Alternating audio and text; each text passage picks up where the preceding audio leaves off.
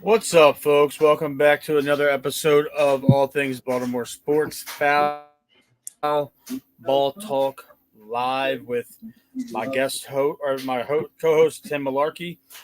Tim, let's just get right into it, man. This has been a shitty week and a half of Orioles baseball. It has, Matt.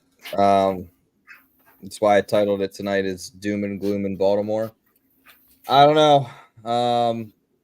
A lot of what we're seeing has kind of been the storyline since July 1st. And it's now just beginning to get amplified as these injuries keep piling up. The offense keeps not performing or existing. And then you have, guys like your ace on the mound last go round. I mean, he's pitching tonight, but last go round, He give got up shelled. 8 runs. Yeah, gets shelled around. You lose 2 games out of a 3-game series to walk-off home runs by the same arm out of your bullpen. Your team has no certified closer. Craig Kimbrell's crumbling again. On top of it all, Hyde has made lots of questionable decisions over the last couple weeks. So there's not a lot to be happy about right now, other than, I guess, where we're sitting in the division. That's the only positive thing is that luckily while we're sucking, so is everybody else. It's amazing that even after all of this, for the better part of the last 2 months, we've gone in our last 33 games, we've gone 16-17. Um, the fact that we're still in contention for this division is astounding. It's remarkable the resolve this team has shown to still be in it at this point. I am starting to seriously doubt the coaching capabilities of Brandon Hyde.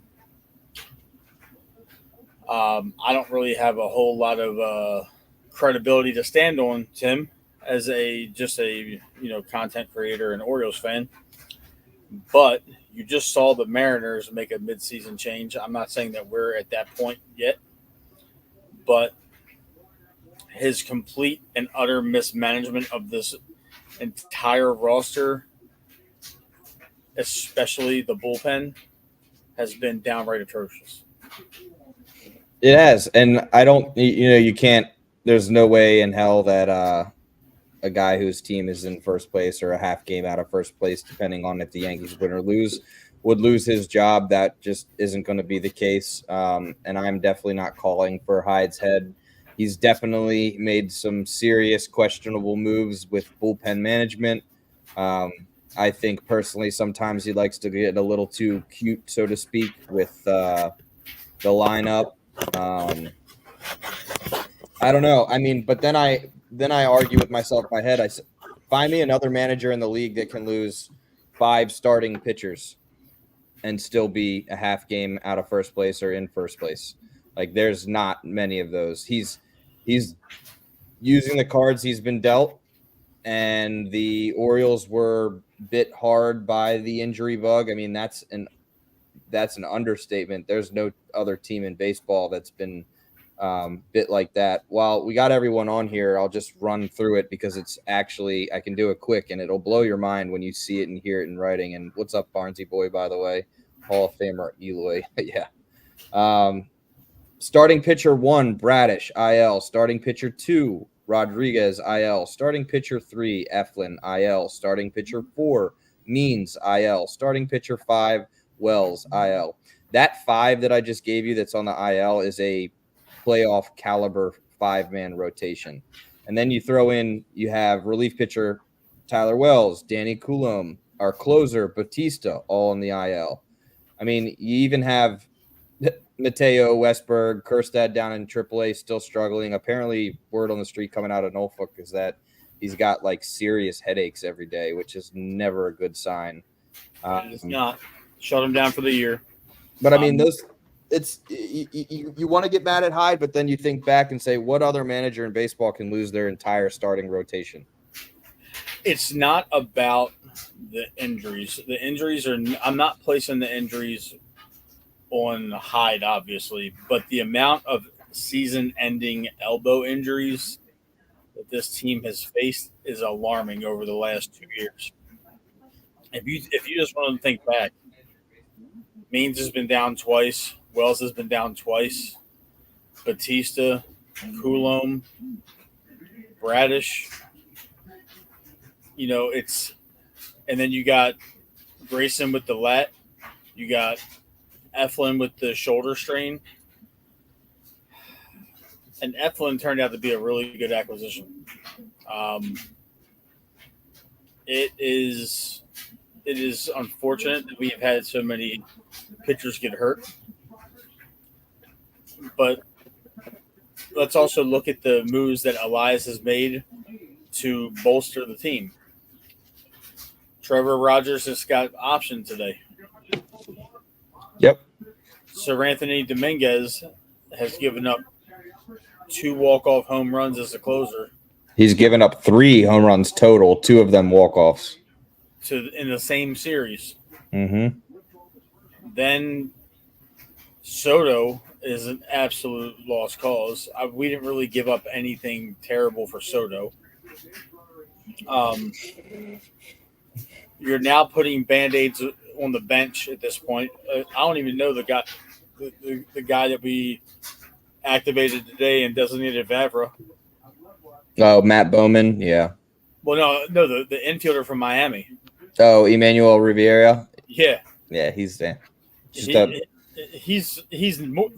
less than who the hell is this guy? Yeah. If you're getting cut by the Marlins, why are you? I promised myself I wasn't going to do this.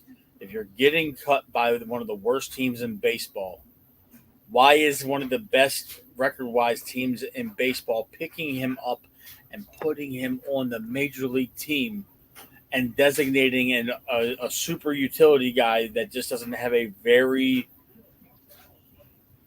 good bat, but he's good defensively? You DFA him. Where is the logic in this? Where is the sense in this? Elias and Hyde. I'm not speculating. I'm not saying that I know anything more than the next Orioles fan, but they can't be on the same page right now. Yeah, it's definitely interesting, and not to throw you a little curveball, because I know we're talking about the pitching injuries, the bullpen management, who are these guys, so to speak. But and the reason I'm bringing this up is because it was brought up in our comment section by Miss Stephanie out there. Who would you say are 3? Give me our 3 best hitters on our team, Matt. Right Not now, currently, just if you had to just name, preseason, whoever, you got to, I mean, to me, it's Gunnar, Adley, Tony, right? I wasn't even going to say Tony. I was going to say Gunnar, Adley, and Westberg. All right. So, and I'm not saying that with hindsight, it seems like Westberg was really starting to turn around at the end of last year. So that's what I'm basing it on. He was, but I don't know if you're ready to hear this, because, everyone wants to point the blame at pitching, because that's what you see. It's abysmal. We lost all of our starters. Our bullpen sucks. We've given up 2 walk-off home runs. We have no closer. I get it. But at the same time, you can't win games when you don't score runs. Since July 1st, our best hitters, Gunnar, Tony, and Adley, this is what they are batting right now, Matt, with runners in scoring position or bases loaded. Gunnar is 7 for 33 with no home runs, batting .212. Tony is 6 for 33 with 1 home run, batting .182. And Adley is 5 for 28 with 1 home run, batting .179. That tidbit came over from Pigtown Sports. Shout out to him, by the way. But, I mean, that we literally cannot score runs when we have bases loaded or runners in scoring position. I don't care if you have 5 Nolan Ryans in a rotation back to back to back to back to back. If you're putting up 3 hits a night, you're not winning baseball games. Who does that fall on?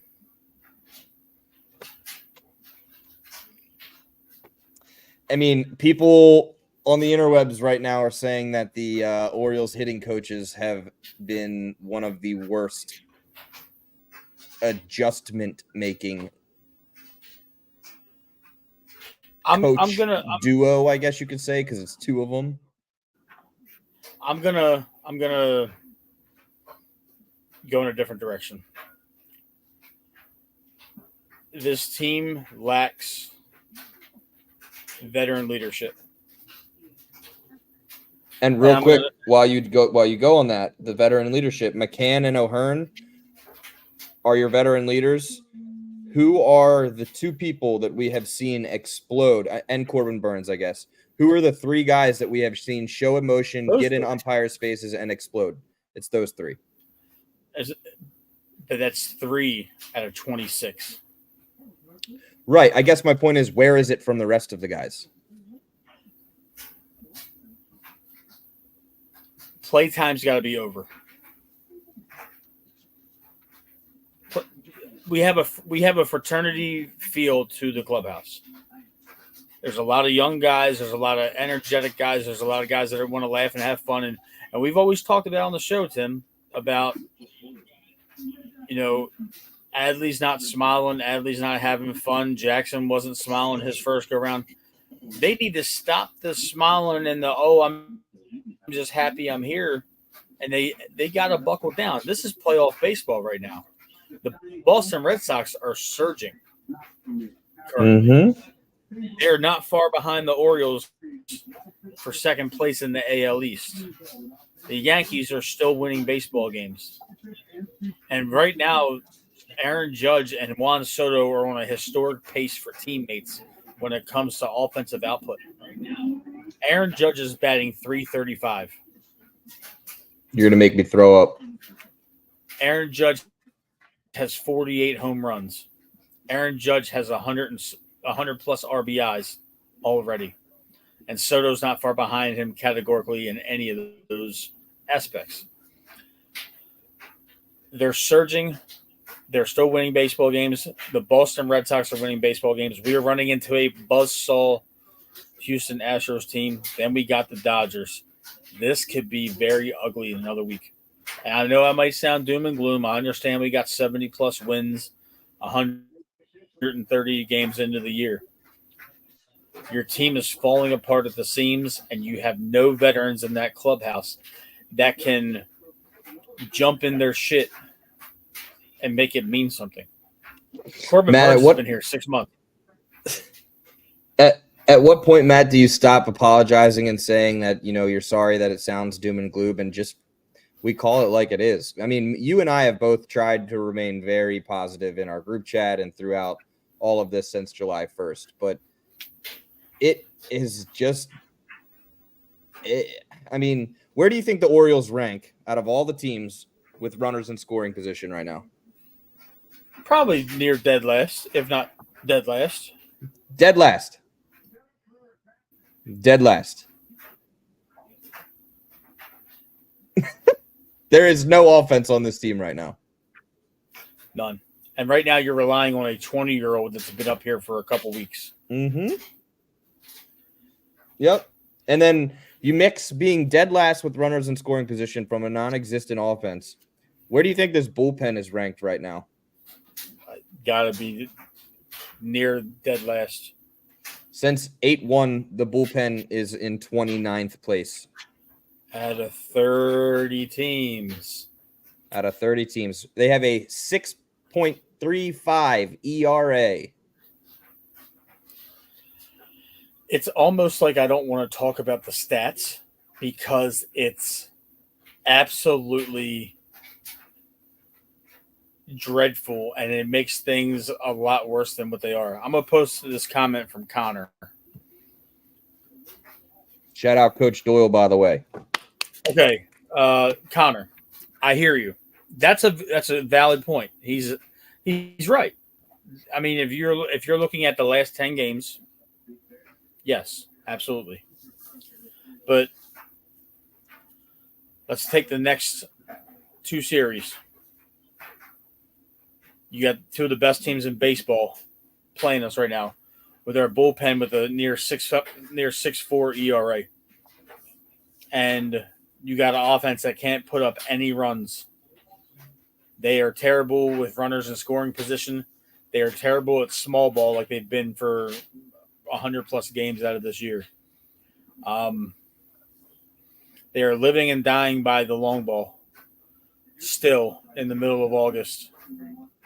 What we were talking about in the middle of June, and we're now talking about it still 8 weeks later. I understand that it's not the end of the world. The sky is not falling, but at what point do you worry? I would love to hear somebody that's listening comment that, because I don't know if we're watching the same team, if we're listening to the same team on the radio. I don't know if I'm confused, because we clearly aren't producing, and we're now putting all of our eggs in the basket of a 20-year-old second baseman. I was listening to the radio on the way home from work tonight. Mike Bordick was on baseball tonight for the fan. He said, you're relying on your offensive output to be sparked by a 20-year-old rookie. The pressure is going to be immense if that continues. And I'm not saying that he's going to fold. That's not what I'm saying at all. At what point do you start to panic? You can still be in first place and still panic. Your injuries in the pitching staff are mounting. You're now literally making random roster moves. It's like throwing shit at the wall to see what sticks. Yep, and Matt, if we were to be, if the playoffs were to start tomorrow, looking at it, we would be playing the Minnesota Twins. Do you think we're taking a 3-game series from the Twins? No, absolutely not. We might be able to get one of them. That's if Burns is pitching. I was just, while you were talking, I was looking up the probables for the Dodgers series. So it looks like we have Povich. Here, right? Los Angeles is coming here, correct? No, we're there. Okay, we're there. Okay. Yep. So we go out there, then we go to Colorado, and then we come back home for the White Sox. So once we get through the Dodgers series, we have 2-3 winnable series in a row with the Rockies, the White Sox, and Tampa Bay. But we're down. You got to go 8-1 in that stretch. Of course. What's been going on and what's potentially going to happen the next week, you got to go 8-1. You have to. And I was just getting ready to say it, Steph. What's the Orioles' track record this year against really good teams versus really bad teams? They play to their competition. Yeah. I don't know what it is, but I was looking up the pitchers. So you have Burns on the mound tonight, right? We're down. It's 6th inning right now. We're losing 2-0. So we're, still posting a fat 0. No offense tonight during the Burns game. So that leaves us Povich and Suarez, and then TBD on game 4. I would suspect probably Irvin. I really don't know. But what it looks like for the Dodgers series, Matt, is Kramer, Burns, and Povich. 2 of those games, I don't have any confidence that we won't get shelled. Mm-hmm. With a bullpen that is 29th out of 30 in baseball right now. But then we have 3 games at Colorado, 3 games at home versus the White Sox, 3 games at home versus Tampa Bay. That's 3 series that we need, You need to go 8-1 there, 9-1, depending on what the series stack, number of games are. After that Tampa Bay series, we'll know, because guess who comes to town after that Tampa Bay series? I'm sure it's the Yankees. No, it's Boston. Okay. Close enough. So, yeah. We're done with the Yankees this year, aren't we? No. Second to last series, we are at New York. I thought we were done with them for some reason. We are at New York. And we finished the year against the Twins.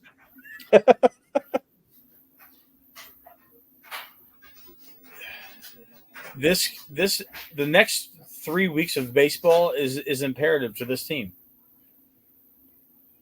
I mean, I think we're going to get a little bit of a reprieve when they have the 28-man roster instead of the 26. But at what point do you start to really worry about what's going on? Jordan Westburg is nowhere in sight. So we still got whoever we can possibly think of throwing him out there at third base. Mountcastle's not producing. Gunner is still Gunner. I mean, but he's up and down, as we all know. Mullins is back to being what he's been for most of the year. Kowser's up and down. Santander is trying to hold on to whatever spark he can give us. Shall I continue? No, I mean, I get it. And, I like my weird numbers and analytics and statistics.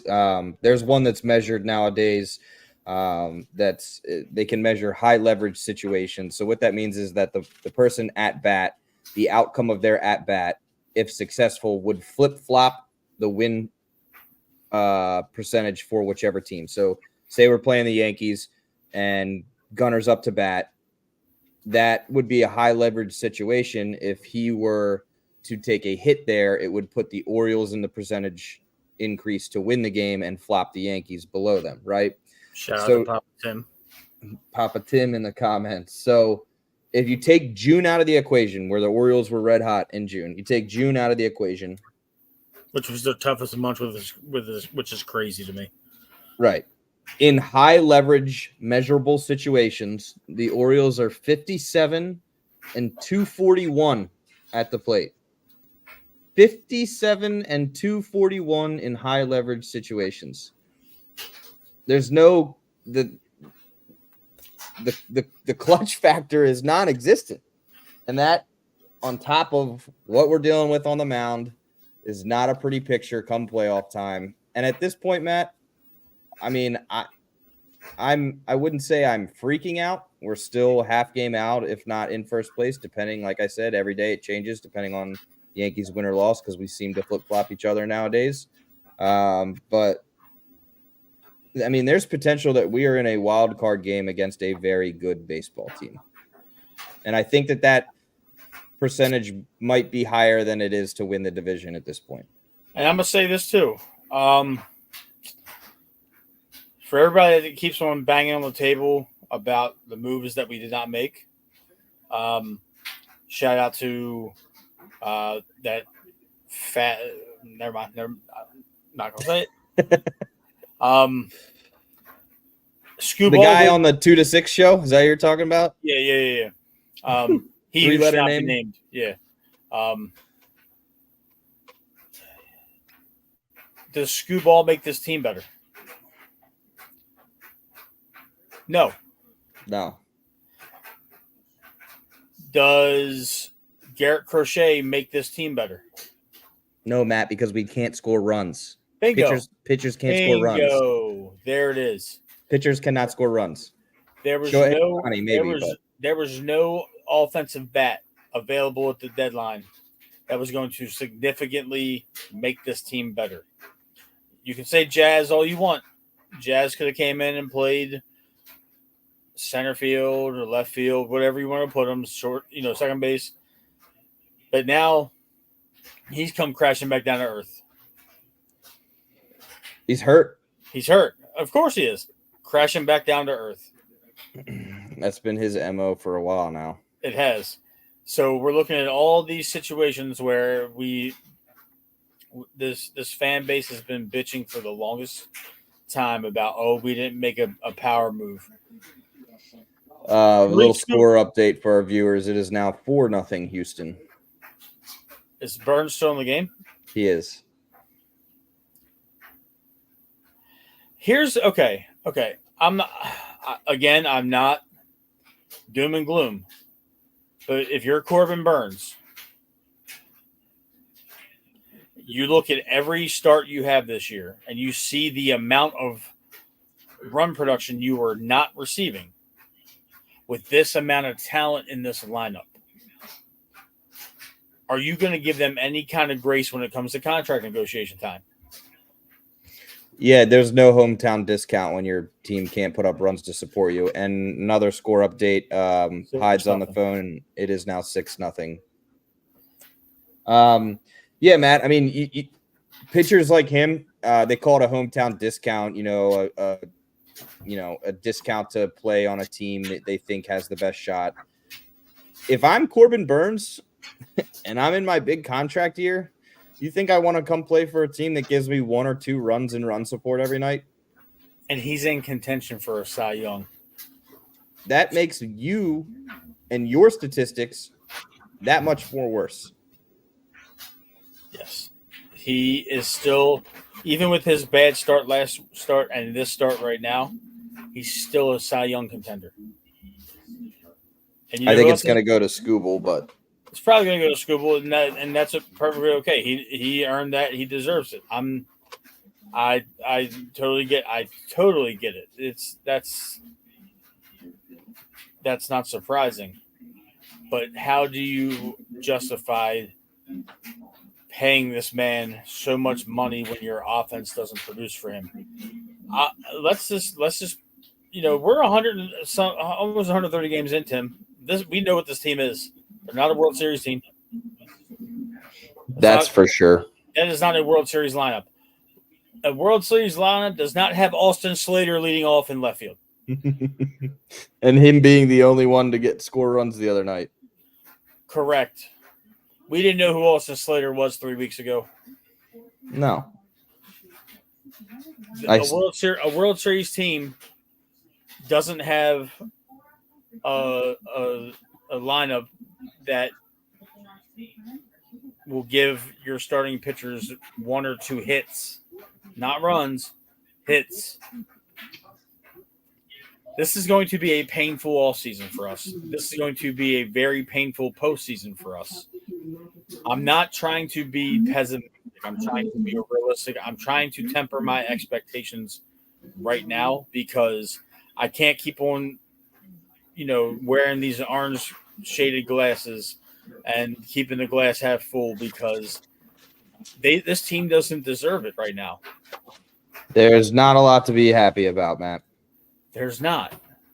But this fan base needs to either get with the program and realize this isn't a World Series team,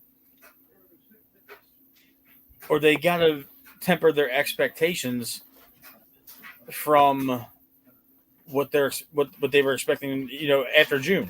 After June and right now, this is 2 different Orioles teams.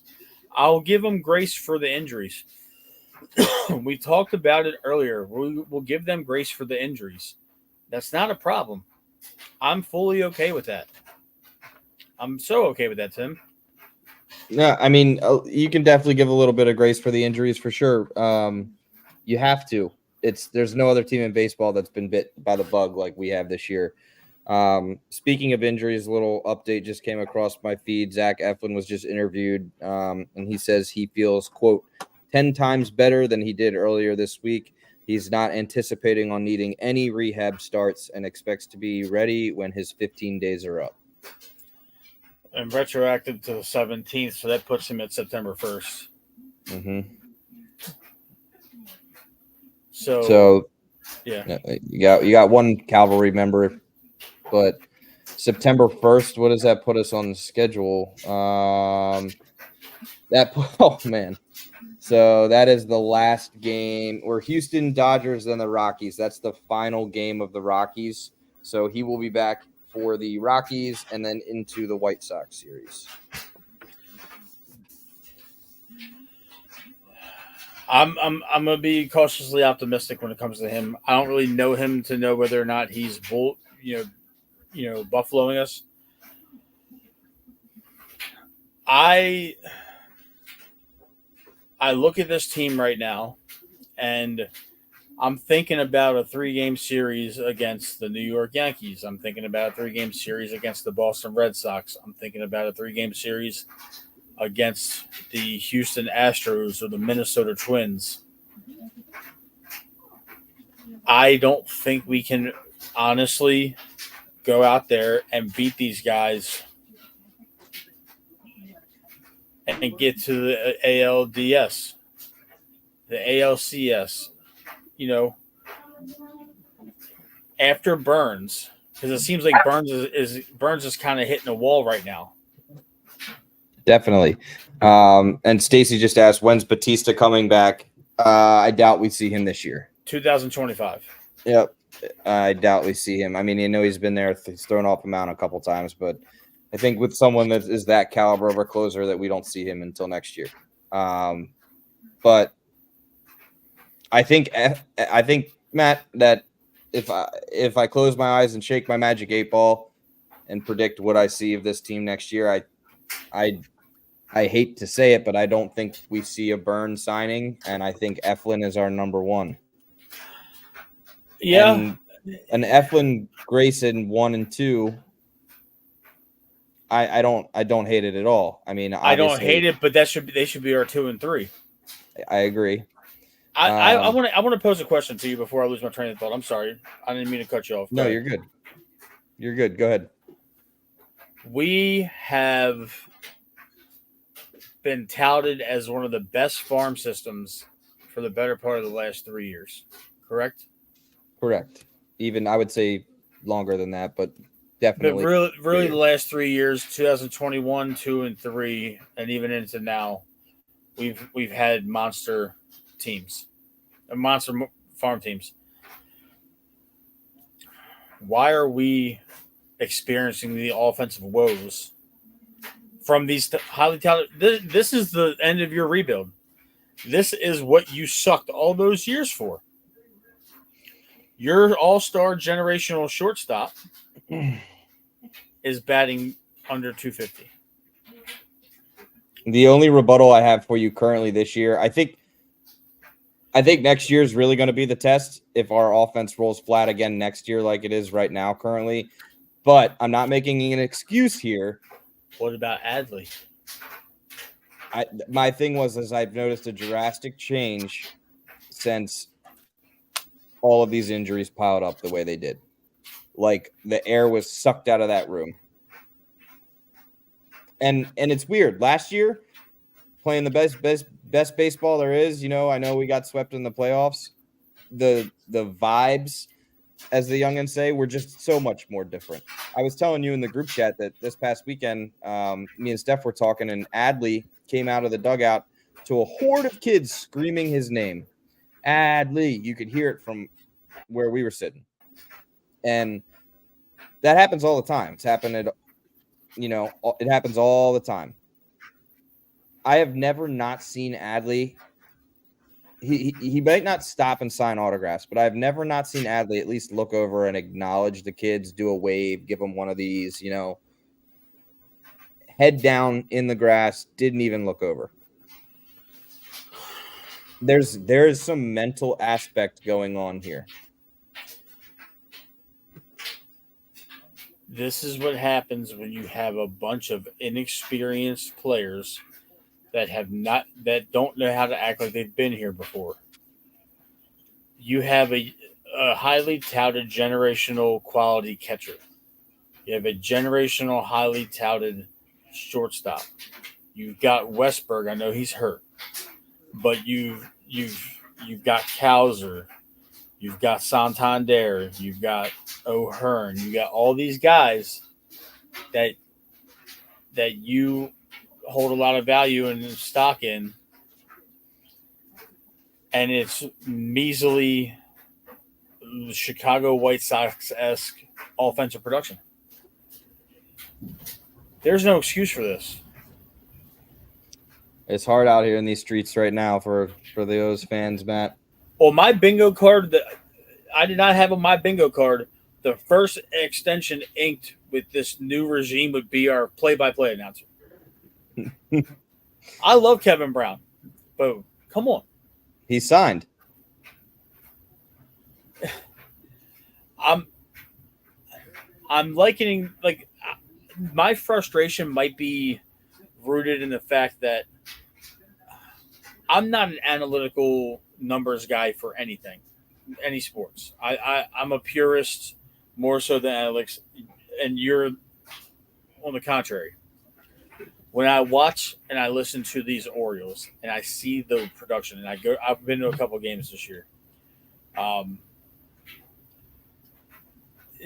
The parallel universe that runs between both of these Baltimore sports teams and the frustration mixed with the amount of talent is astounding that there is not at least one parade here every year or every other year. It's astounding. All the injuries the Orioles have sustained this year, have we worried about Adley going on the 15-day or the 30-day or the 60-day IL? Have we worried about Gunnar Henderson being hurt? I know Westberg's hurt. Westberg might be the most high-profile injury we have. All the injuries we had are to lesser, like not lesser talent, but our expectations weren't high out of them. I don't know about you, but I didn't have a whole lot of expectation about Means. You didn't either. I did not. You called this. I said we were one injury away from disaster. And then you predicted Bradish. Yep. You predicted Bradish in a text message to me not long after the discomfort was reported.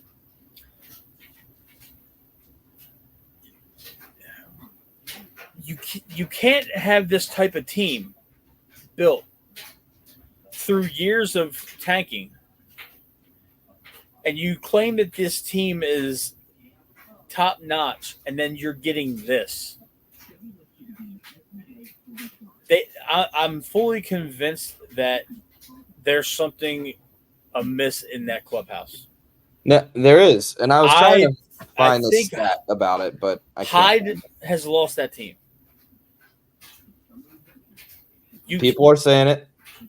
You cannot have that fiery disposition with the Yankees situation a little while ago, and then you tell your bench to quiet down when things get chippy the other night.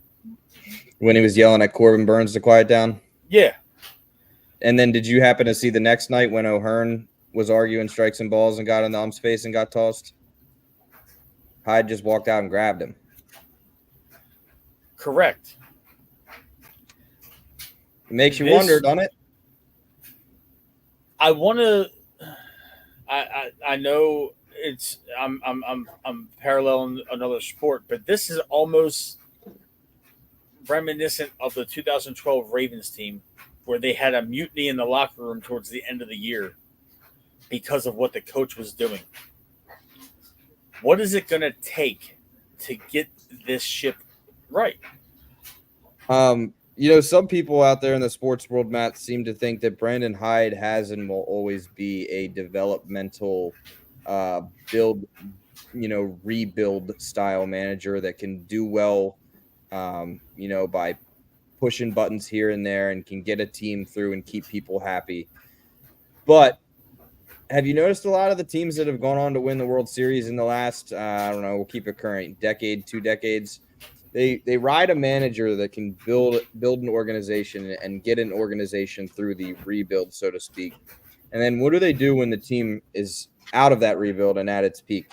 They bring in some hard-nosed, over-the-top veteran manager, i.e. Dusty Baker, someone of that caliber that comes in and just takes them over the edge.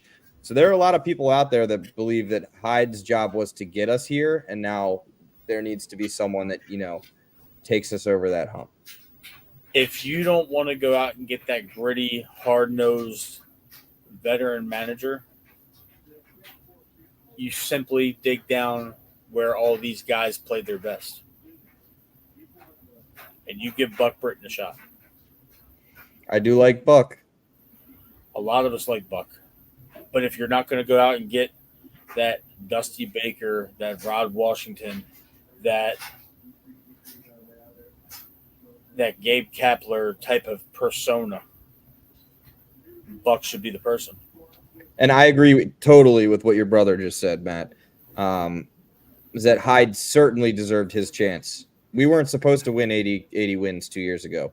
We weren't supposed to win 100+ last year. But here give the we guy are a shot. Right. We're here now. I understand that he coached a couple 100+ lost baseball teams. I understand he coached us during the COVID shortened year. I'm not discrediting his deservedness of that. My brother is right about that. I will agree with you. But I'm talking about in the next 5 weeks of this regular season going into the postseason. If there's not a significant turnaround just in the attitude and the play of this team, I'm not saying you got to win every series and win out and all that. But if we limp into the playoffs, and I'm saying limp, we could be a 93, 94 win team and still limp into the postseason. If we have a first series exit in the same fashion or of last year or the year before, he's got to go. Freddie, too. You've got to shake up that entire team. It's tough. It really is. I mean, I'm just off the top of my head trying to think of what veteran guys I know that aren't there that aren't in positions. I was laughing. I was reading the other day. Someone said bring Buck back, not Britton. No, absolutely not. Because Buck wants a team full of veterans, and this is not that. Buck flourished the most in Baltimore when Manny was his youngster. Mm-hmm. And you had a 28 to 30-year-old Adam Jones, Nick Markakis, Chris Davis, Nelson Cruz, Delman Young. Like, those guys weren't in their early 20s. Buck would think he's babysitting if he came back here right now. Yep. Like we talked about, 3 out of 26 have the veteran mind frame. 3 out of 26.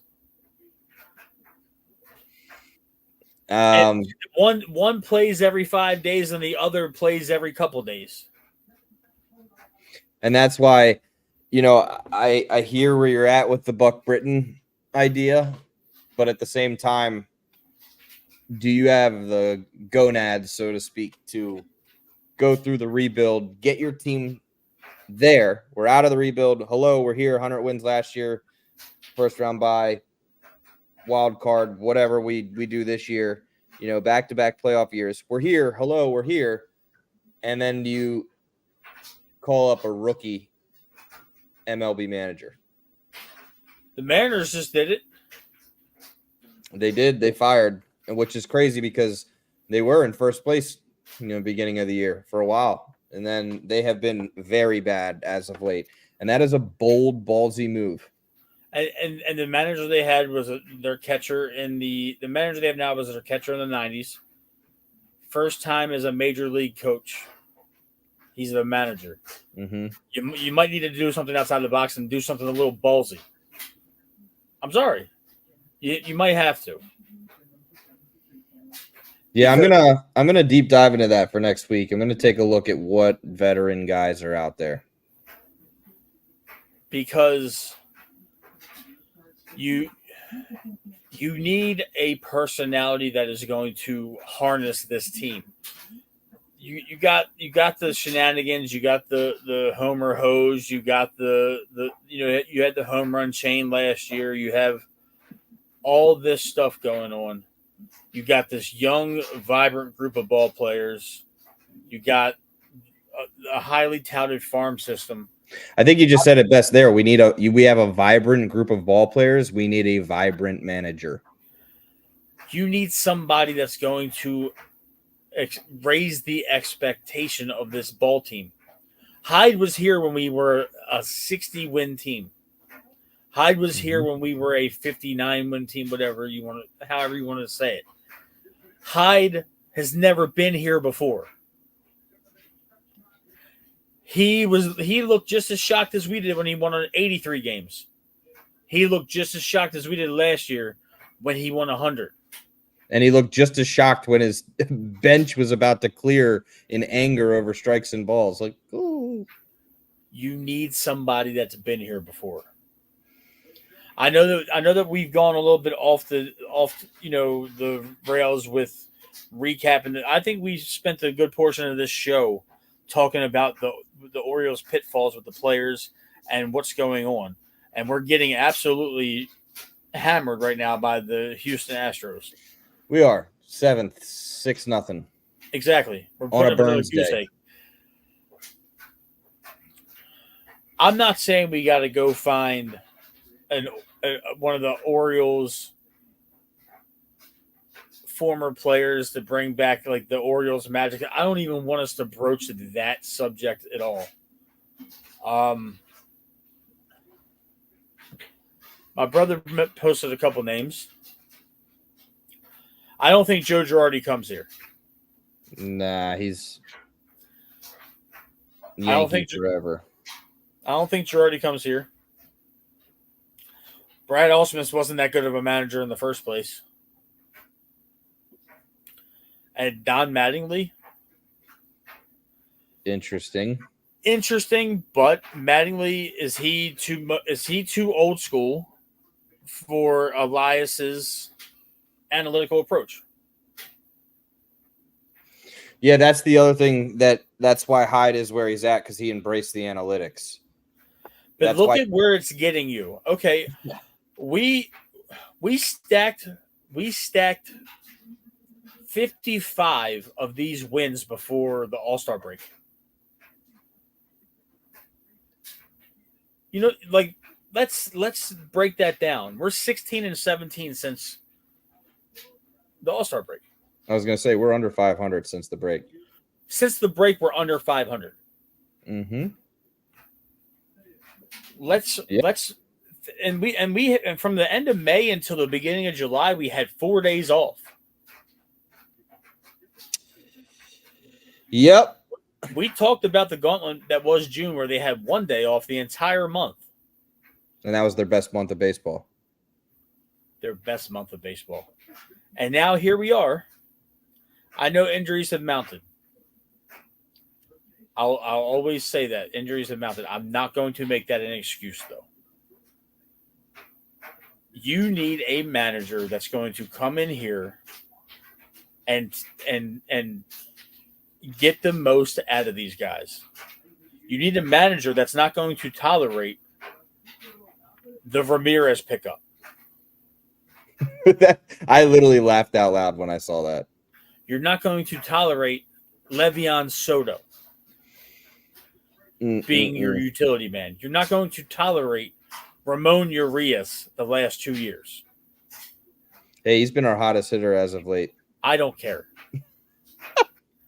We're not winning ball games right now. We're 4-6 out of our last 10, as one of the commenters put it. And we're under 500 since the All-Star break. So and we have 3 hits again tonight. The attendance is up 25% for our team. Sure is. We have more people coming to the ballpark on a weeknight than we've had in a decade. And this is what you're doing on a Thursday night. Mm-hmm. I drove through the traffic coming home from down in Jessup to where I live in the city. There was thousands of people straggling along to the stadium at 6:30.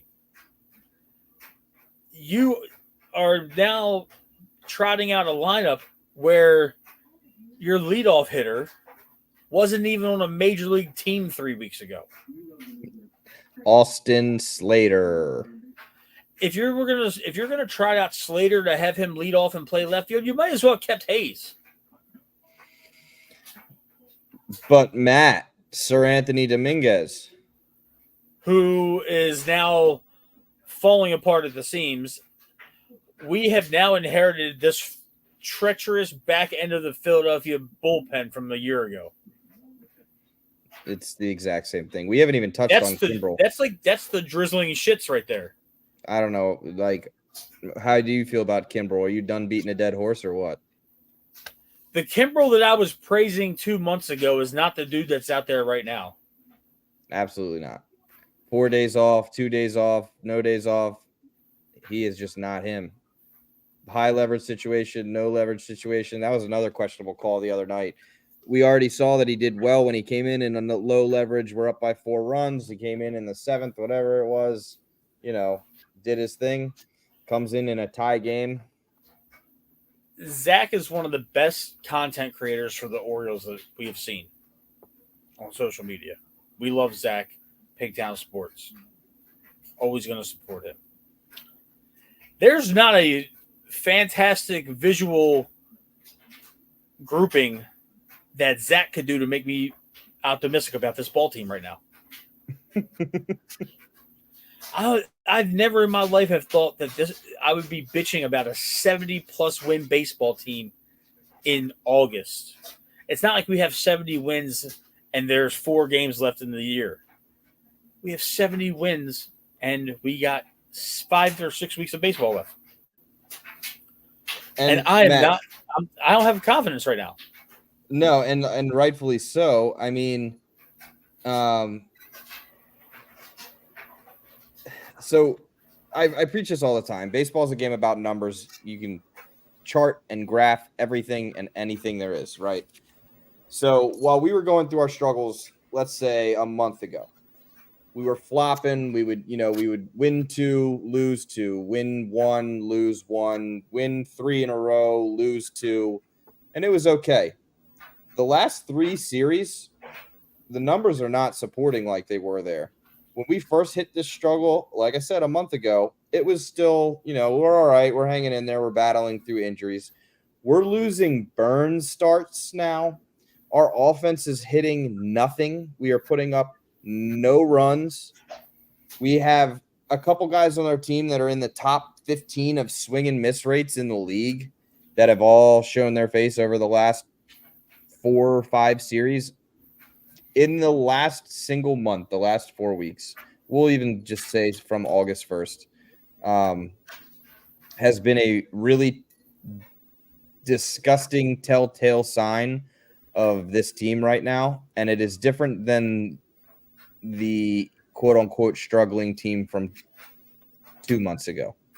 And I think that after these next 2 series, the general public might have a little bit more of an open eye to what's going on.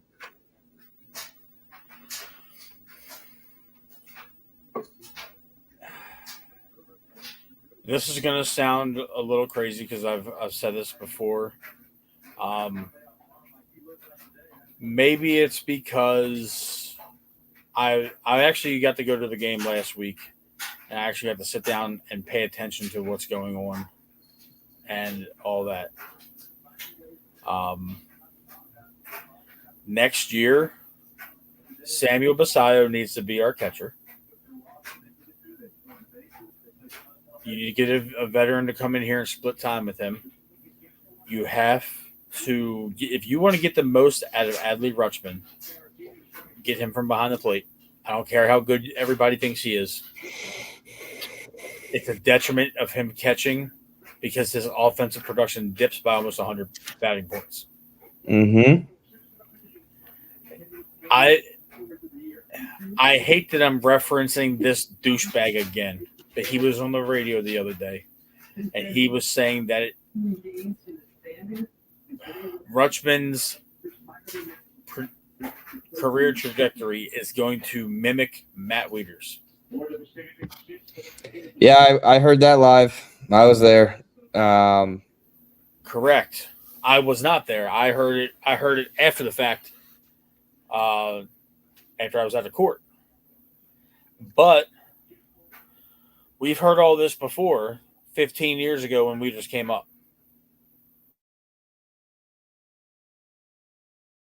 Generational prospect. Switch hitter. Going to hit for power and have contact.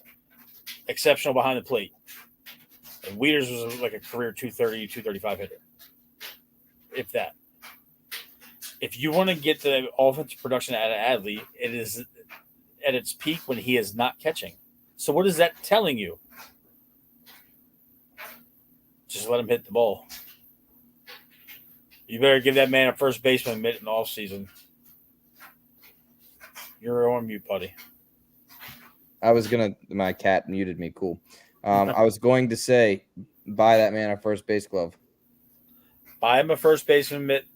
Sit that man down in that office in the offseason and say, hey, bud, you're going to DH half the week and you're going to play first base half the week.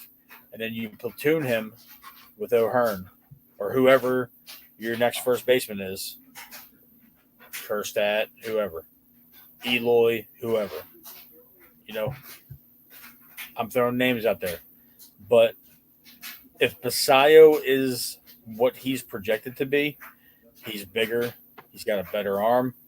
He can hit. He's also going to be 20 years old next year. Young knees, baby. Got them young knees. I don't care what they do, but Basayo needs to be in Baltimore all year next year.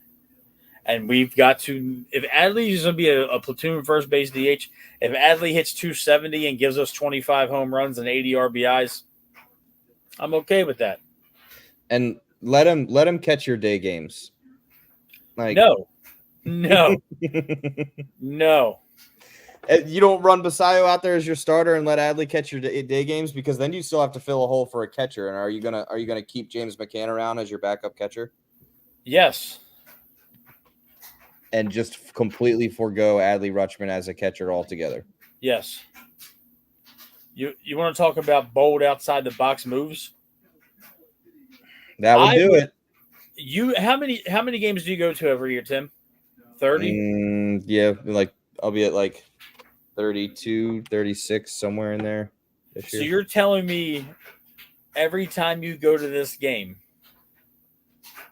every time you go to an Orioles game, that you see Adley catching and you think that's going to be our guy the next 10 years? So it's funny you say that, because I brought up a good topic on Twitter and got a little bit of backlash and some support. And my question was Adley Rutschman's pitch framing ability exposed during the Mets series when Alvarez seemed to be framing and getting every single call possible, and the same exact pitches, same placement? You can look at them on a chart. You can look at them on StatCast. Same location. Adley's not getting the call. Alvarez is. Is that umpire bias? Or is that catcher framing ability? Well, I'm not going to talk about my total disdain for umpires right now. We can't afford to do that. I don't have enough time. Yeah, that's a whole other hour show. It could be a mix of both, honestly. I'm totally on that thought process. But Adley is not a long-term catcher. Let's just call it how we see it. I was at the game against – who did we play?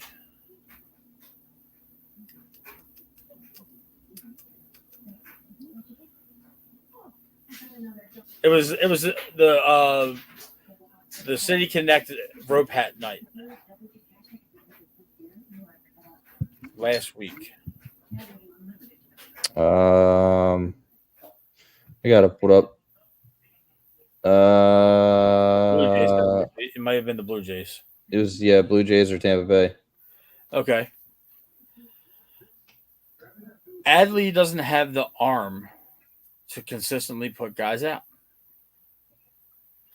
I saw the first one that he made a decent throw and his pop time was good, but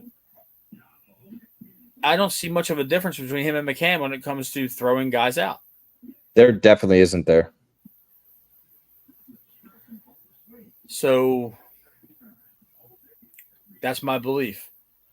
And I'm not saying get rid of Adley. I'm not saying don't pay Adley.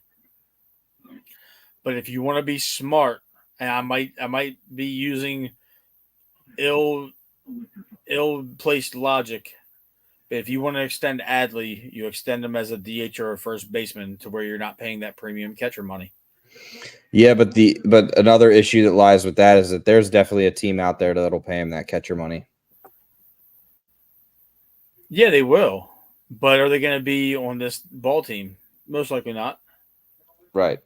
They're going to have this caliber of ball team. Because on paper, this is a World Series team. Everybody healthy, this is a World Series team. On paper. Correct.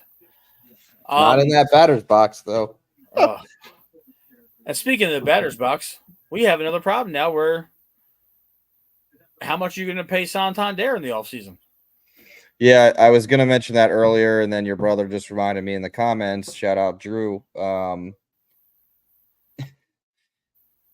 37. What's he got? 37 home runs. I don't even know how many RBIs. I don't have it pulled up right now, but say you don't pay him. He's equating for how much offense right now? The offense that doesn't exist. A good chunk of it is because of that potato man right now. Right now, Santander's stat line 237, 37 home runs, 82 RBIs on 112 hits.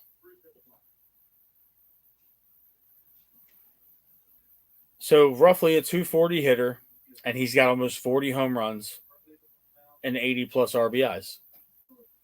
Somebody will pay him. And let's hope it's not the team up in New York. Yeah, that would really hurt. Because something tells me no matter how much Soto is enjoying playing up there, I think Soto's headed back to the West Coast. I will not disagree with that at all. I think he is. I honestly don't think it matters to him. I think he's highest bidder. He's a mercenary. He's a mercenary outfielder. Yep. He could probably play on 2-year deals for the rest of his life, and he'd be okay. Sorry for cussing, but that stupid shuffle. Yeah. Let's see. Coming up the next. Well, we got the Astro series now. We're in Los Angeles for the Dodgers series. Then the Colorado. Then Colorado. Then back home. And then back home. So tonight's a wash. That's already a loss. Yeah, we've scored no runs. We have 3 hits. We might have 4 hits now. Let's see. I doubt it. Got it on behind me, and I haven't seen any excitement, but no, we still have 3 hits. Big Rich Richardson from Twitter. Shout out to Rich. He is Adam's co-host for their Pittsburgh Steelers show. He just brought up a good point. Pay Santander to keep the power in the lineup, and then you let the other guys around him worry about the average. Honestly, that makes sense. If you can get guys on the base in front of him, he's going to produce. He might not be a 300 hitter, but if you can throw Santander, I think you keep Santander if you can give him 15 a year. Yeah, I was going to say 45 for 3 years. Yeah, with the option for like a 4th year, or like make that 2 for 30 with the option for a 3rd. It's going to be difficult to let him walk. But I can stomach paying Santander if Corbin Burns walks. Of course. Which makes my stomach twist and turn. But we're reaching the hour mark right now. Actually, we're past the hour mark right now. We took an L tonight. So we got Matt, 3. I think you're going to be saying that sentence a lot over the next 3 weeks. So we'll be back on air on Labor Day weekend after the next 3 series come to a close. Unless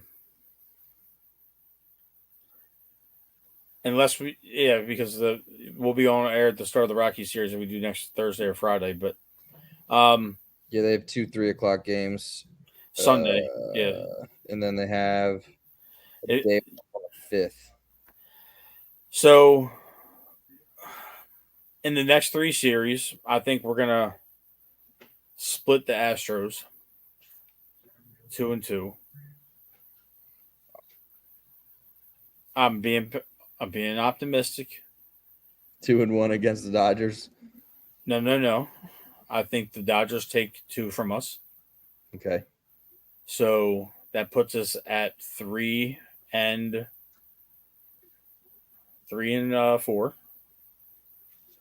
And I think we sweep the Rockies. So I think we go 6-4 over this next 10. It's skewed because we're playing the Rockies at the end. I'm going to say that we split against Houston. We win 1 against LA. I don't see a sweep in our future against Colorado. I don't. So we'll take 2. So you have us 5-5 over the next 10. Yep, 500, just like we are right now. Actually, we're 1 game below 500 since the break, but yay. Well, I think we got to wrap it up there. Yeah, I don't have a guess the Oriole for you tonight, Matt, because there's nothing to guess, nothing, no fancy charts to look at. I could have put up a chart of how my boy Colin Selby, who, don't get me started, got sent back down today. I know he needs a break, whatever, cool, but I think he could have come in game 3 or game 4 of this Astros series, but whatever. He had 18 inches of movement on his pitch the other night. Horizontal movement. 18 inches of horizontal movement. That's sickening. Absolutely sickening. I agree. On that note, it's time to wrap the show. Let everybody know where they can find you, Timmy. You might get depressed. You come over to my Twitter the last couple days, but T_Malarkey on Twitter. It's where you'll find me. It's Oriole stuff all day long. Lots of good memes, some funny pictures, and lots of random stats. Check it out. There you have it. That'll do it, folks. This episode was brought to you by Great Eights Memorabilia. Forgot to mention that at the beginning. And you can find this on the Drive Into the Top Productions YouTube page for our podcasting network. Join us next Sunday evening on Labor Day weekend as we wrap up the next 10 games. Hopefully, we are airing on a little bit of, we're talking about how we rebounded as opposed to getting absolutely shellacked. So, after this doom and gloom episode, we are signing off. We will see you all next Sunday around 8 o'clock.